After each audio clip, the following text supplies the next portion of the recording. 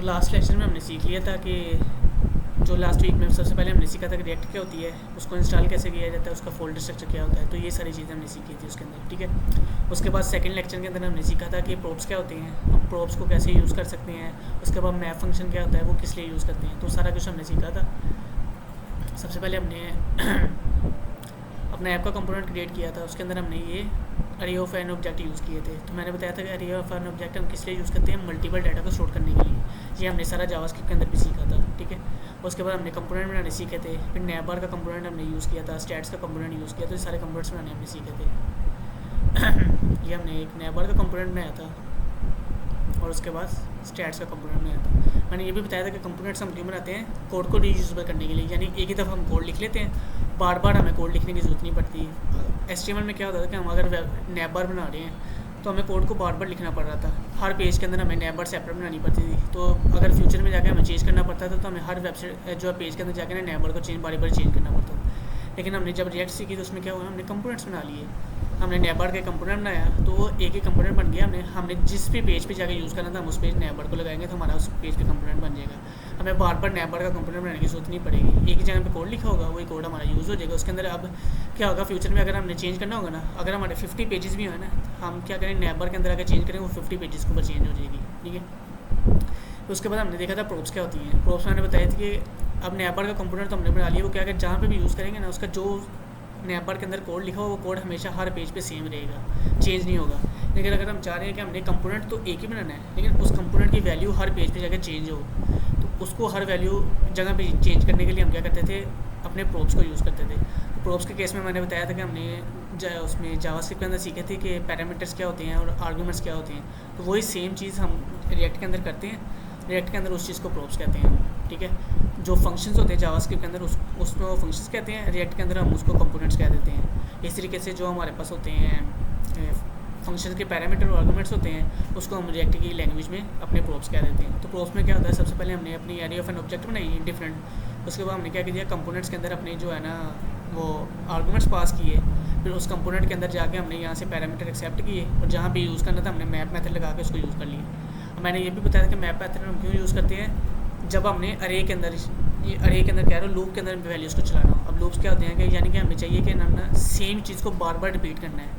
तो बार बार रिपीट करने के लिए हम क्या करते हैं, अपने लूप्स यूज़ करते हैं। तो ये जो है ना मैप मेथड, ये अरे का लूप जो है ना लूप है, यानी कि अरे की जो वैल्यूज़ होती हैं उनको बार बार शो करवाने के लिए यूज़ होता है। तो इससे क्या होगा, डिज़ाइन हमेशा यही सेम रहेगा इसके अंदर जो लिखा हुआ है, लेकिन क्या होगा इसके अंदर वैल्यूज़ चेंज हो जाएंगी। तो वैल्यूज़ चेंज कैसे होंगी, वो हमने प्रोप्स एक्सेप्ट किए थे, उसके ऊपर हमने मैप फंक्शन लगाया था और उसकी वैल्यूज़ को 1 बाय 1 गेट किया था, नेम गेट किया था और वैल्यू गेट करके हमने यहाँ पे शो करवाया था। इससे क्या होता है, डिज़ाइन हमारा सेम रहता था लेकिन वैल्यूज़ चेंज हो जाती है। तो हम प्रोजेक्ट को चला के देखते हैं कि लास्ट टाइम हमने क्या काम किया था। तो मैंने बताया था कि जब भी हमने प्रोजेक्ट की यूआई देखनी होगी तो यूआई देखने के लिए सबसे पहले हम प्रोजेक्ट को रन करेंगे।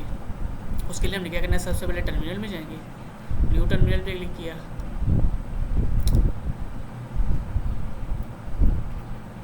तो ये हमारा टर्मिनल ओपन हो गया। तो यहाँ पे हमने कमांड लिखनी है npm run dev।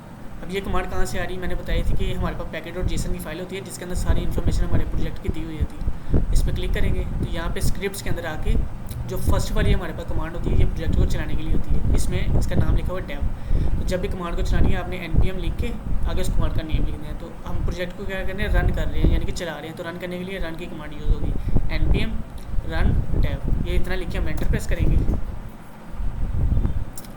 तो इसने एक एरर दे दिया, वेट इज़ नॉट डिफाइंड। अब ये एरर क्यों दिया, आपको याद होगा कि लास्ट टाइम मैंने ग्रुप के अंदर आपको जो है ना ये प्रोजेक्ट का पूरा फोल्डर सेंड किया था।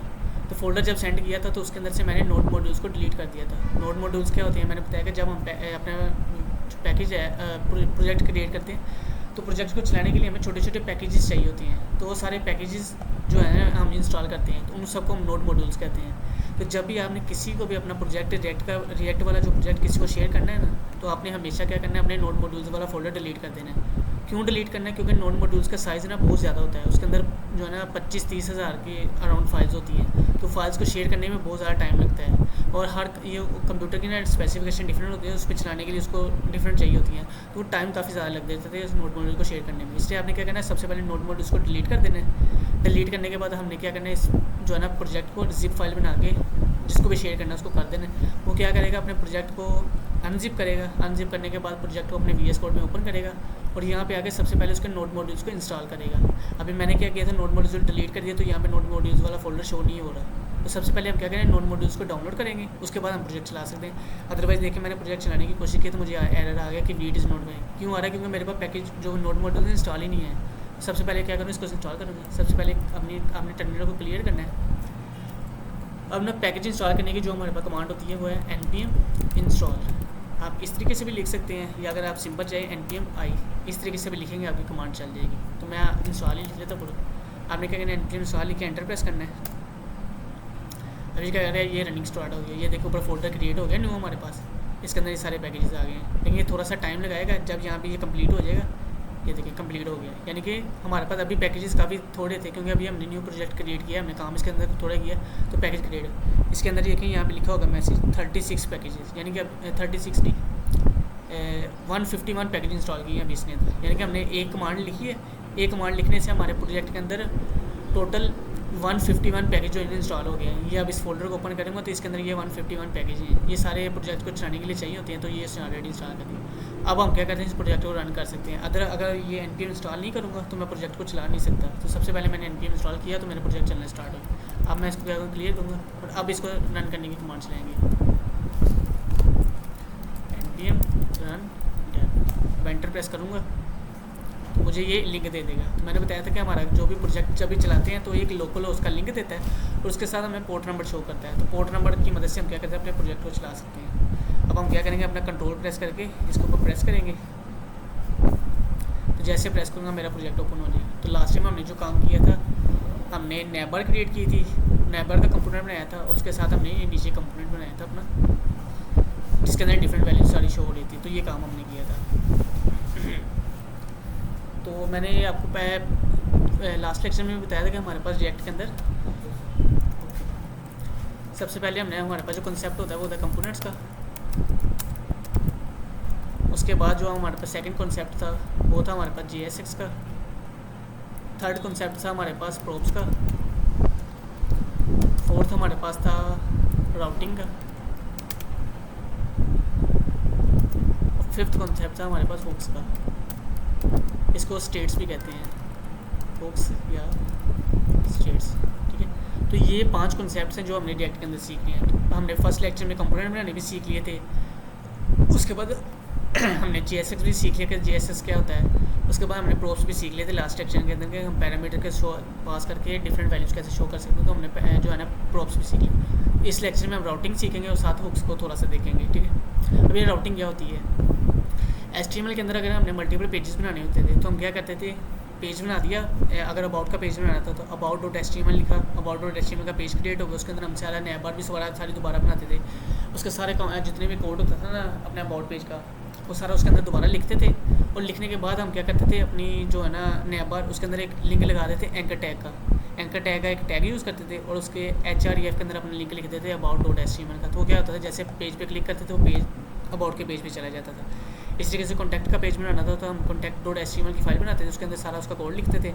फिर नया बार के अंदर जाके कॉन्टैक्ट वाला एक जो है ना li के अंदर एक कॉन्टैक्ट वाली आइटम ऐड कर देते थे और उसके href के अंदर हम क्या करते थे, contact.html लिखते थे। उस पर क्लिक करने में क्या होता, कॉन्टैक्ट पेज पे चला जाता था। तो ये सारा HTML के अंदर काम होता था। और उसमें मैंने बताया था कि हम HTML के अंदर क्या होता है कि जब एक पेज से दूसरे पेज पे जाते हैं हमारा पेज रिफ्रेश होता है, क्योंकि हमारी पेज की जो वेबसाइट की परफॉर्मेंस होती है उसको कम कर देता है। तो हमने क्या करना था, कोशिश करनी होती है कि अपनी वेबसाइट की परफॉर्मेंस को फास्ट बनाएं ताकि हमारी वेबसाइट ऑन द स्पॉट जो है ना एक पेज से दूसरे पेज पे शिफ्ट हो जाए। तो उसके लिए जो रिएक्ट में जो हमारे पास टर्म यूज़ होती है उसको राउटिंग कहते हैं। यानी रिएक्ट के अंदर जो पेजेस हमने क्रिएट करने होंगे ना, उन पेजेस को बनाने के लिए हम जो चीज़ यूज़ करेंगे वो सारी राउटिंग कहलाएगी। HTML के अंदर उसको पेजेस ही कहते हैं, लेकिन रिएक्ट के अंदर उसको राउटिंग का कॉन्सेप्ट कहते हैं। तो यानी कि हमने इसके अंदर पेजेस बनाना सीखने हैं।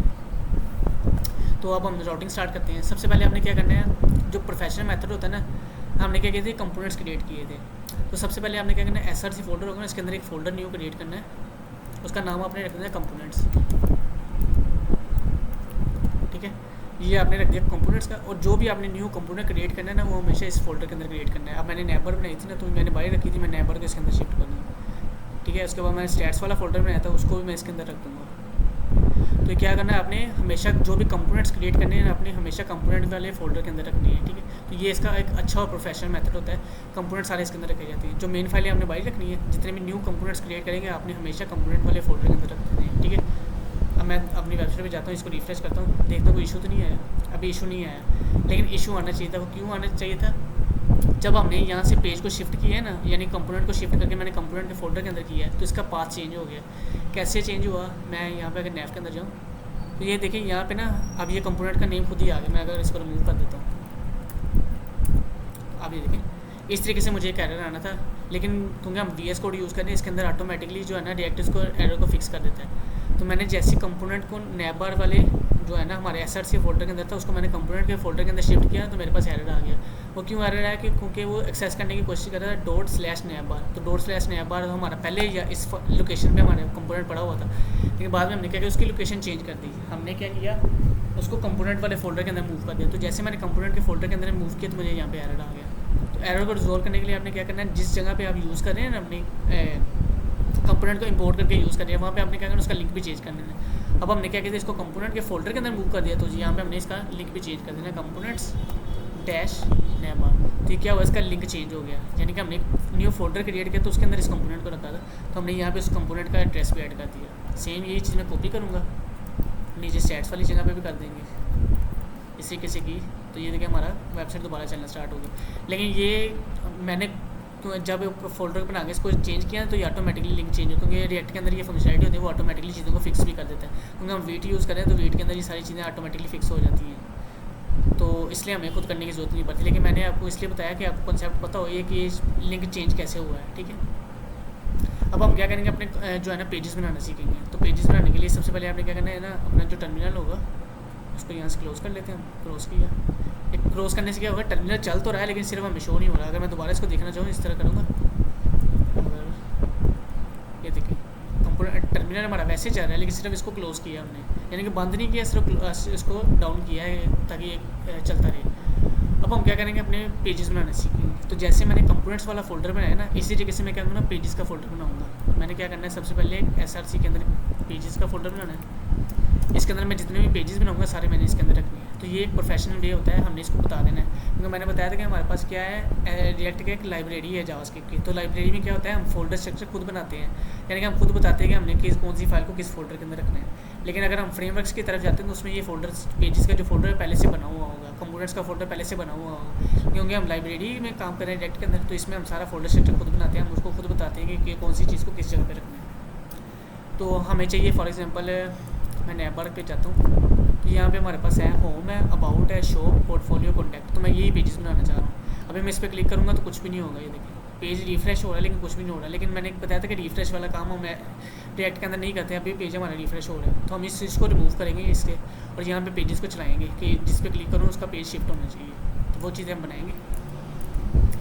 उसके सबसे पहले हमने क्या करें, पेजेस का फोल्डर बना लिया। तो पेजेस के फोल्डर के अंदर हम क्या करें, न्यू पेज क्रिएट करेंगे। तो जो न्यू पेज क्रिएट करेंगे वो भी एज अ कंपोनेंट ही काम करेगा, लेकिन उसका क्योंकि वो पेज का नेम होगा इसलिए हमने उसको पेजेस वाले फोल्डर के अंदर सेपरेट रखने हैं। तो सबसे पहले हम बनाएंगे अपना अबाउट का पेज बनाएंगे .jsx, ठीक है।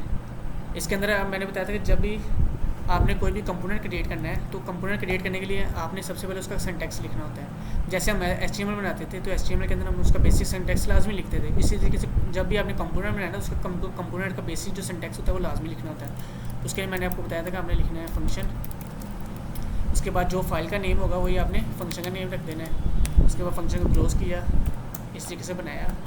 इसके बाद इसको क्या करना है, हमने एक्सपोर्ट कर देना है। एक्सपोर्ट क्यों करना है कि इसको हम दूसरी फाइल के अंदर यूज़ कर सकें। तो हम क्या करेंगे, एक्सपोर्ट डिफ़ॉल्ट, तो कंपोनेंट का नेम लिख देंगे और इसके अंदर हमने क्या करना है, रिटर्न लगाना है और उसके अंदर सारी HTML लिखेंगे हम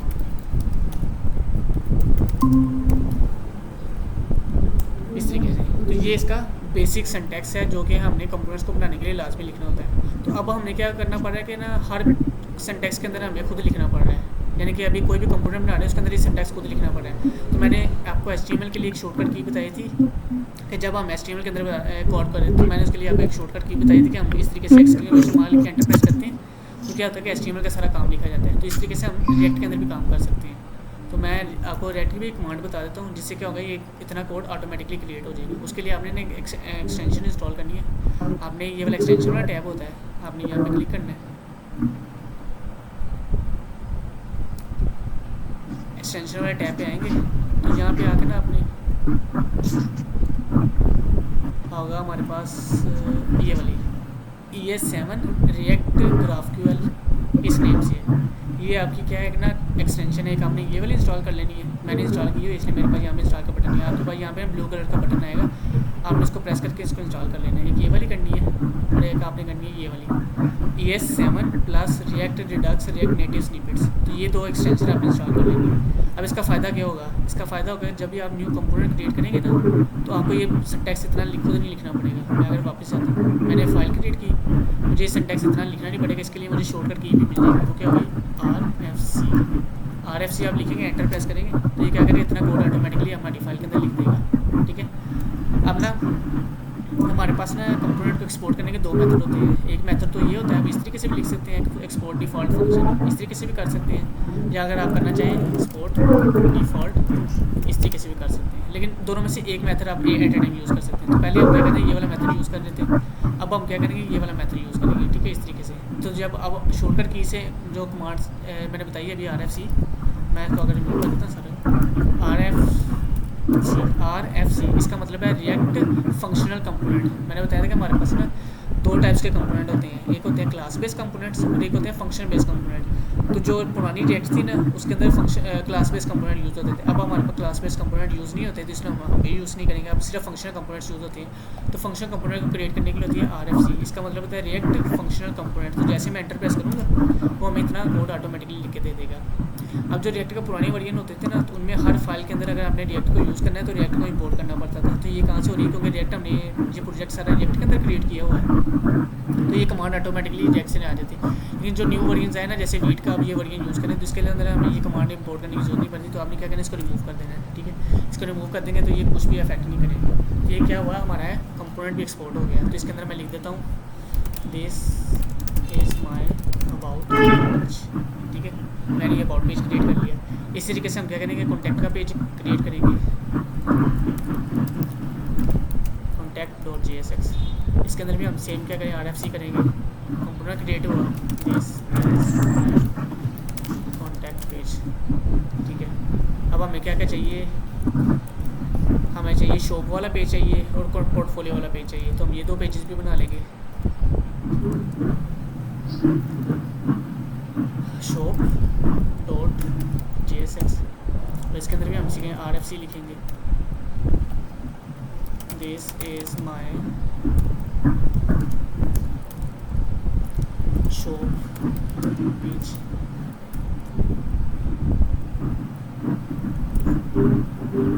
इसी तरीके से हमें लास्ट पे चाहिए पोर्टफोलियो वाला, वो भी हम बना लेंगे। इसके अंदर भी हम RFC करेंगे, this is my portfolio page. ठीक है, तो ये हमने क्या किया, 4 पेजेस क्रिएट कर लिए।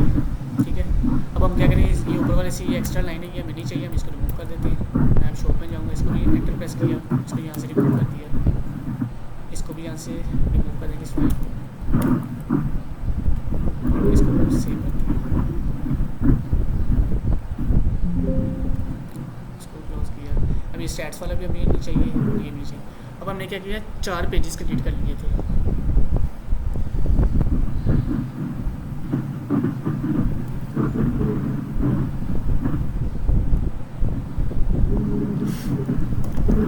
अब हमने क्या करना है, हमने ना इसको लिंक करना है नैप बार के साथ। कि नैप बार के ऊपर जब हम क्लिक करें, यहाँ पे क्लिक करें तो ये उस पेज के ऊपर जाना है जी। अभी ये क्या होगा, हमने इसको लिंक नहीं किया तो ये उस पेज पे नहीं जा रहा। हमने पेज तो क्रिएट कर लिया लेकिन पेज को लिंक नहीं किया। तो सबसे पहले हमने क्या करना है, पेज को लिंक करना है। तो रिएक्ट के अंदर जो राउटिंग होती है ना, उसके लिए हमें एक पैकेज यूज़ करना पड़ता है। वैसे हम रिएक्ट के अंदर इस तरह पेजेस क्रिएट नहीं कर सकते। तो उसको पेजेस को लिंक करने के लिए ना हमें एक पैकेज यूज़ करना पड़ता है।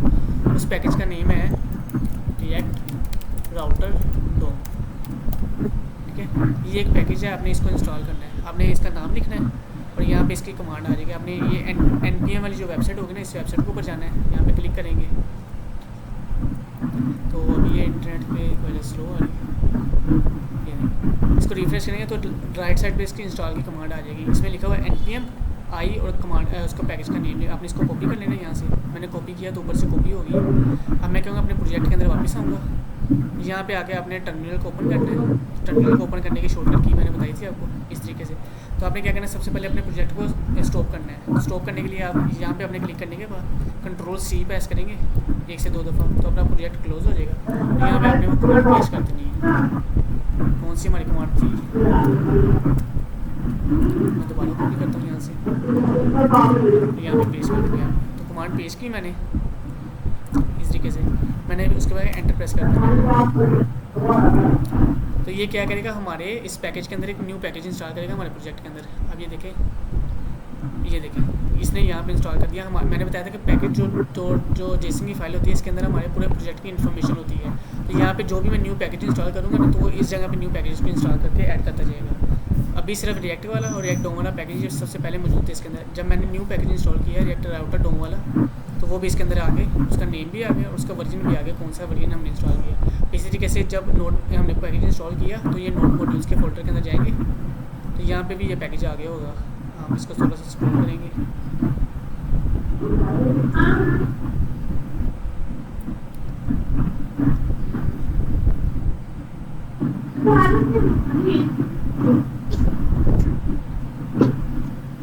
ये देखिए ये हमारे पास यहाँ पे एक न्यू पैकेज आ गया, ये रिएक्ट राउटर।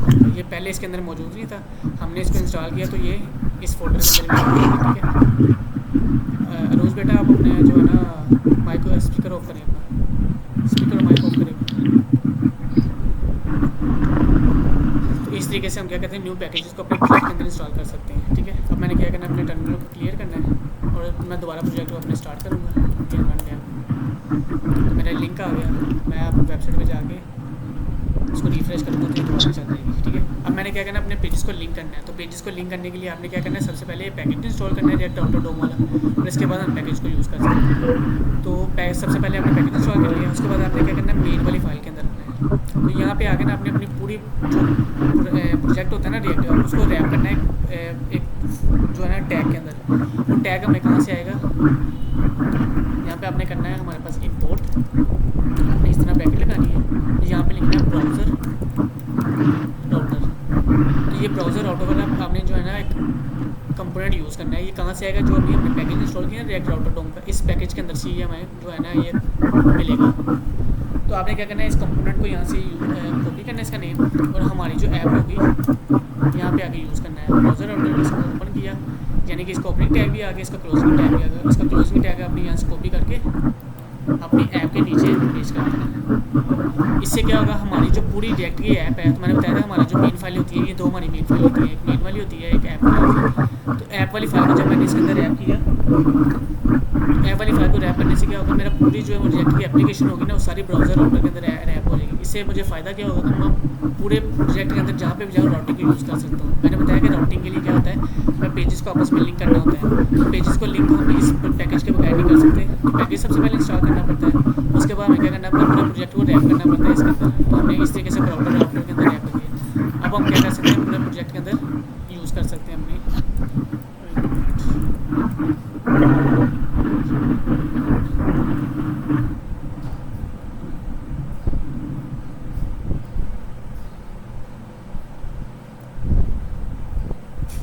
तो इस तरीके से हम क्या करते हैं, अपने पूरे प्रोजेक्ट के अंदर जो है ना यूज़ कर सकते हैं, राउटिंग यूज़ कर सकते हैं, यानी पेज को लिंक कर सकते हैं। अब सबसे पहले हमने ब्राउज़र राउटर वाला काम कर दिया। अब सेकंड काम हमने क्या करना है, सेकंड काम आपने करना है राउट्स को क्रिएट करना है। अब आपने क्या करना है, ये हमारी जो ऐप वाली फाइल होगी ना, आपने इसके अंदर आ जाना है। मैं इसको यहाँ पे करने लगा देती हूँ। ऐप वाली फाइल के अंदर आके आपने यहाँ पे राउट्स क्रिएट करने हैं। तो राउट्स कैसे क्रिएट होंगे, उसके लिए भी हमें जैसे हमने ब्राउज़र राउटर को एक जस्ट अ वेट,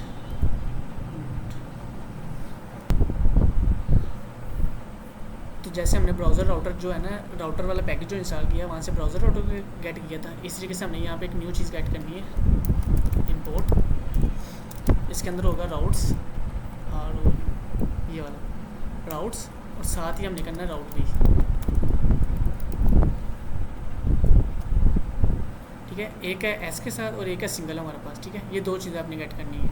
अब ये कहाँ से आएंगी, जो रिएक्ट राउटर डोम वाला पैकेज हमने इंस्टॉल किया ना, दोनों चीज़ें इसके अंदर से आएंगी। अगर ये पैकेज आप इंस्टॉल नहीं करेंगे तो आप इसको यूज़ नहीं कर सकते। तो सबसे पहले हमें ये पैकेज इंस्टॉल करने और फिर इन चीज़ों को यूज़ कर सकते हैं। तो सबसे पहले आपने क्या करना है, नीचे आने के बाद यहाँ पे सबसे पहले जो हमने राउट्स वाला किया है ROUTS, हमने वो वाला कंपोनेंट यूज़ करना है राउट्स वाला। इसको ओपन किया, इसको क्लोज कर दिया, ठीक है। अब इसके अंदर जो हमने राउट वाला पैकेज, ये दूसरा कंपोनेंट है, इसको यूज़ करना है। तो जितने हमने पेजेस क्रिएट करने होंगे ना, उतनी दफ़े हम क्या करेंगे, इसको यूज़ करेंगे। एक मिनट में तो इसके अंदर सबसे पहले आपने राउट्स को जो हमने ऐसे वाला किया था, उसके बाद इसके अंदर सिंगल राउट बनाना है। आपने राउट बनाने के लिए आपने क्या करना है, सबसे पहले जो राउट वाला होगा इसको गेट करना है हमने, ठीक है। अब ये जो राउट्स वाला होगा, इसका आपने सबसे पहले ओपनिंग टैग लिखना है, इसका क्लोजिंग टैग लिखना है। और जो राउट वाला होगा उसके अंदर सिर्फ आपने क्या करना है, सिंगल अपना ओपनिंग क्लोजिंग टैग सेम एक के अंदर आ जाएंगे, ठीक है।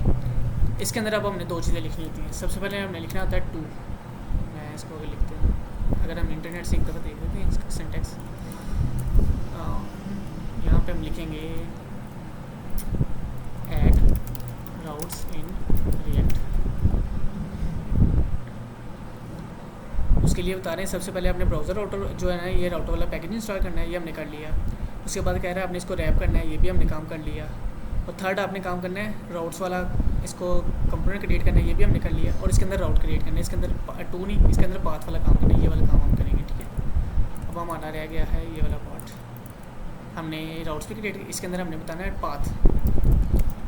अब पाथ क्या होते हैं, इक्वल लगा के हमने इस तरीके से, अब हमने HTML के अंदर जब क्रिएट किया था तो हम उसको href के अंदर लिंक बताते थे कि हमने किस लिंक के ऊपर जाना है।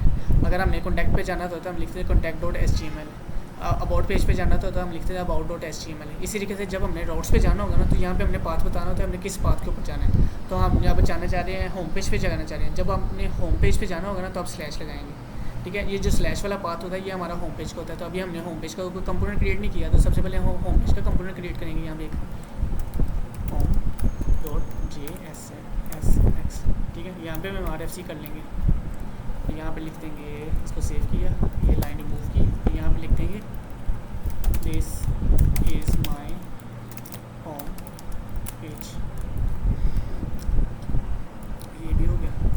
तो जब आपने होम पेज पे जाना होगा तो इसके लिए स्लैश लगानी है, तो ये हमें होम पेज पे ले जाएगा। इसके बाद आपने दूसरी चीज़ इसके अंदर बतानी होती है कि हमने कौन सा एलिमेंट यूज़ करना है, यानी कि होम पेज पे हम लेके जाएंगे, होम पेज पे हमने कौन सा कंपोनेंट शो करवाना है। अभी तो यहाँ पे हमारे पास 5 पेजेस हैं, 5 पेजेस के हमने कंपोनेंट्स बनाए हुए हैं। तो यहाँ पे किस लिंक पे आने के बाद हमने किस पेज को शो करवाना है, तो उस पेज को शो कराने के लिए हमें एलिमेंट्स के अंदर बताना पड़ेगा कौन सा हमारा पेज है। तो यहाँ पे हमारे पास एट्रीब्यूट होता है एलिमेंट का, ठीक है। इस एट्रीब्यूट के अंदर आपने बताना होता है कि हमें कौन सा नेम चाहिए, ठीक है। इसको लिखने का तरीका थोड़ा सा डिफरेंट होता है, क्योंकि हमने यहाँ पे अपने जो ना पेज, जो पेज का कंपोनेंट क्रिएट किया उसका नेम लिखना है। तो पेज का कंपोनेंट का नेम लिखने के लिए हम ये वाले ब्रैकेट यूज़ करते हैं, ठीक है।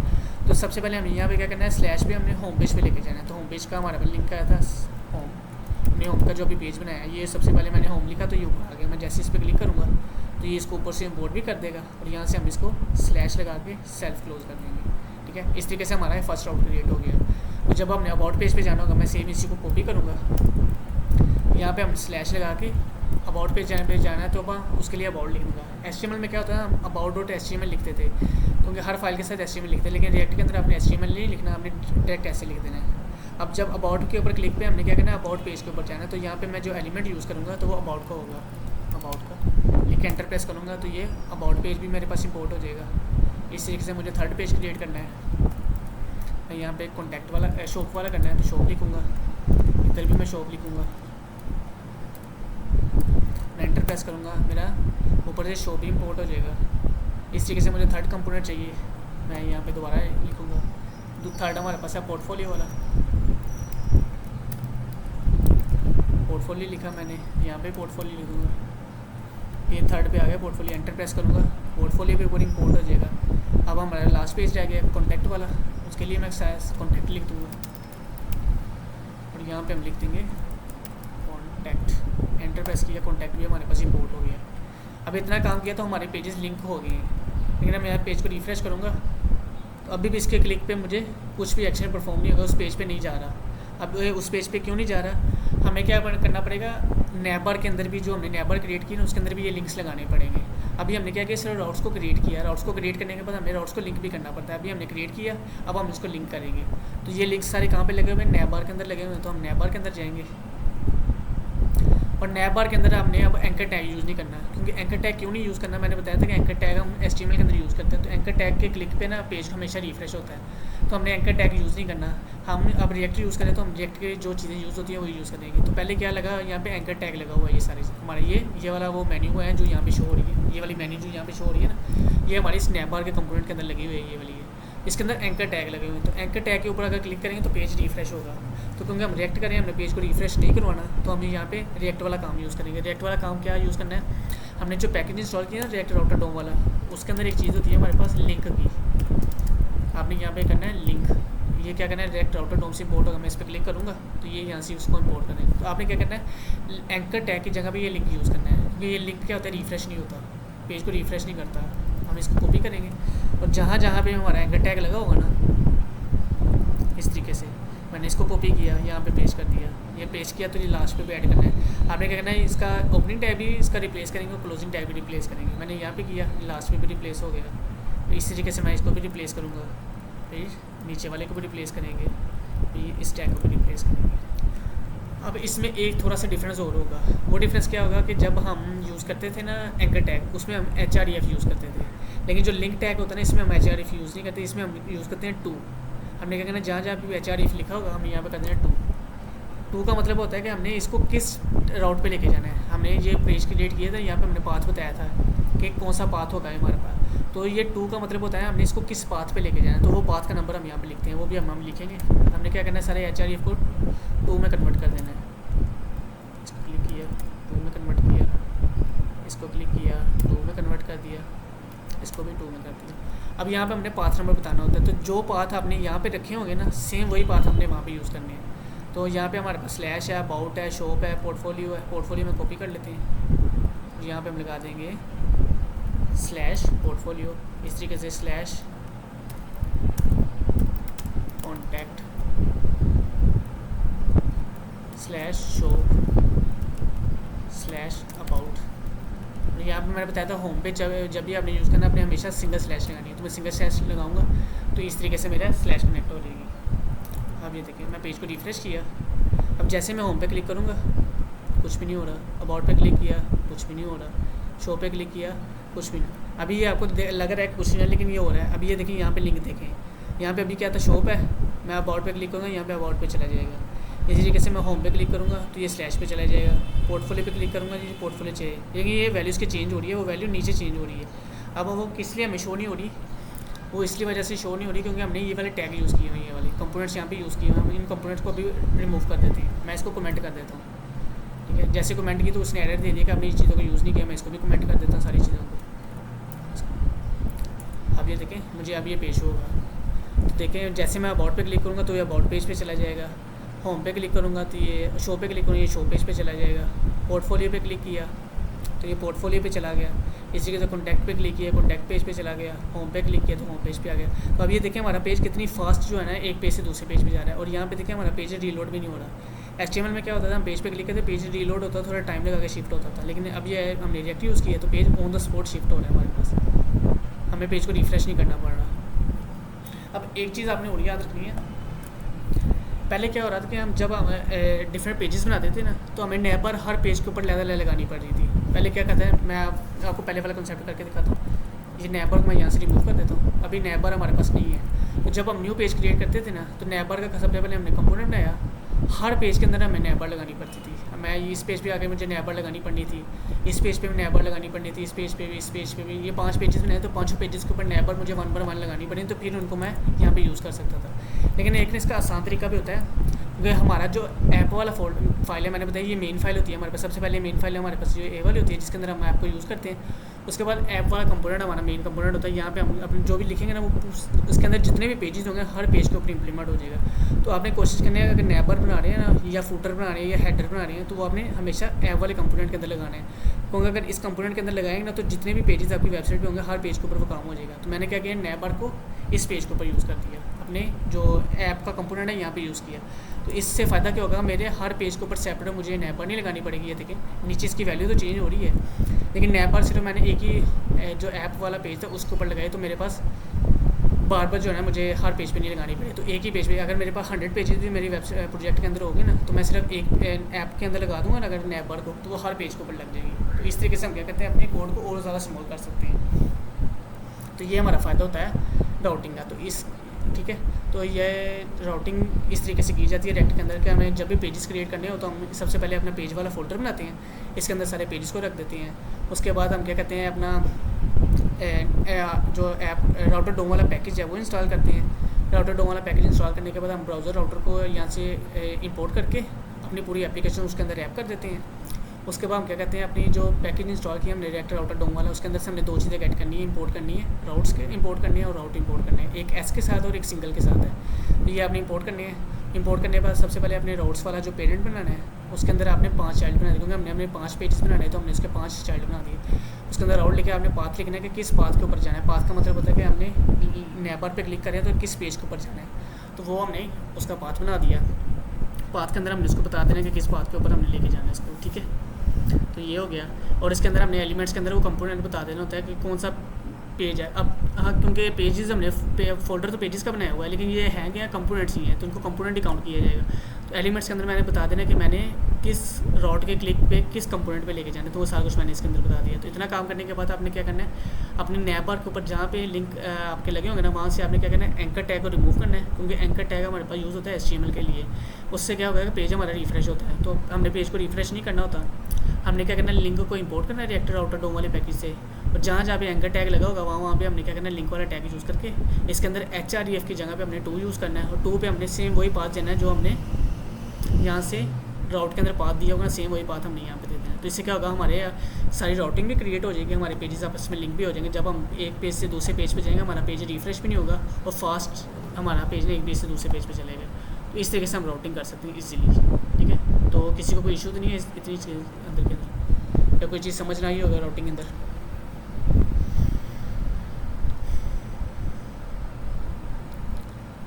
स्टूडेंट्स आवाज़ आ रही है मेरी?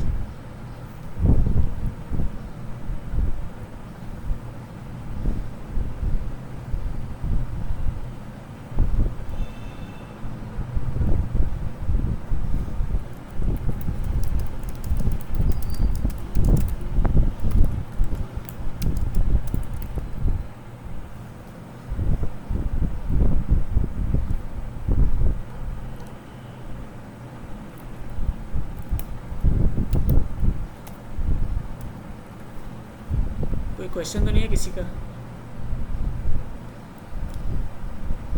ज़ाहिर आपको समझ आ गई सारे स्टूडेंट्स? आवाज़ आ रही है मेरी आपको?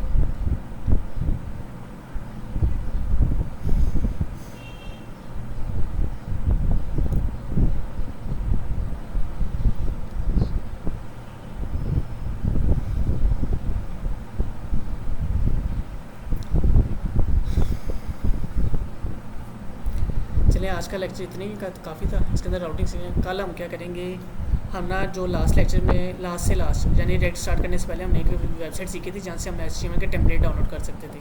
तो हम क्या करेंगे, उन्हीं टेम्पलेट्स को कन्वर्ट करेंगे रिएक्ट के अंदर, ताकि हमें पता चल सके कि हम HTML की वेबसाइट को रिएक्ट की वेबसाइट के अंदर कन्वर्ट कैसे कर सकते हैं, उससे फ़ायदा क्या होगा और कितना कोड हमारा स्मॉल हो जाएगा। तो ये सारी चीज़ें हम उसके अंदर देखेंगे। तो आज का लेक्चर यही था।